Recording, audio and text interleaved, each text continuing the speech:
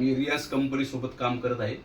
तर मी मोशी येथे माझे डिस्ट्रीब्युटर आहेत गौरी कुरकुटे यांच्या माध्यमातून जे पेशंटला जो रिझल्ट दिलेला आहे, त्यांना काय आजार होता, त्यांना आपण कशासाठी दिलं, आपण ते त्यांच्या मुखातूनच ऐकूया. तर काका, आपलं नाव काय? सुभाष जाधव. आपण कुठं राहता? चिखली जाधववाडी.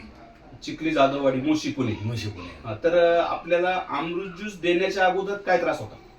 त्रास तसं कॅन्सरचा होता, लंग्स कॅन्सर, आणि थोडं डायबिटीस आणि बीपी. डायबिटीज आणि बीपी होता. तर तुम्ही कॅन्सरसाठी आतापर्यंत किती खर्च केला? 25 लाखापर्यंत गेलं होतं. 25 लाखापर्यंत खर्च केला. आणि शुगर तुमची किती होती?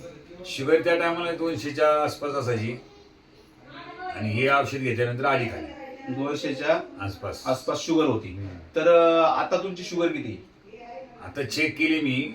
जेवणाच्या आधी 105, हा. जेवल्यानंतर 130, 28-30 म्हणजे आता तुमची sugar normal normal range range लागली. तर बघा मित्रांनो, तर ह्या काकांना आपण अमृत ज्यूस देण्याच्या अगोदर जो त्रास होता, त्यांना लंगचा कॅन्सर होता, शुगर होती आणि बीपी पण होता. त्यांचा आज बीपी पण नॉर्मल झालेला आहे आणि शुगर पण नॉर्मल झालेली आहे. पोटाचे विकार थांबले. पोटाचे विकार पण त्यांचे थांबलेले आहे. आणि डॉक्टरांनी तुम्हाला काय सांगितलं? आता तुमच्या जो तुमचा लंगचा कॅन्सर होता त्या संदर्भात काय सांगितलं? त्यांनी सांगितलं, आता जो आमचा डोस होता फुल, तो आम्ही हाफ केलेला आहे आता, म्हणजे अर्धा केला.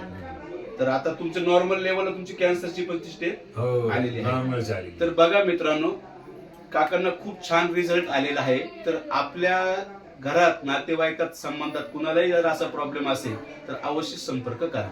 तर बाबा, तुम्ही इतर लोकांना काय सांगशाल? हेच जसं सांगितलं हेच सांगणार मी, असंच रिपोर्ट. लोकांना पण तुम्ही ज्यूस घ्यायला हो सांगणार. थँक्यू बाबा, तुम्ही आलात. धन्यवाद.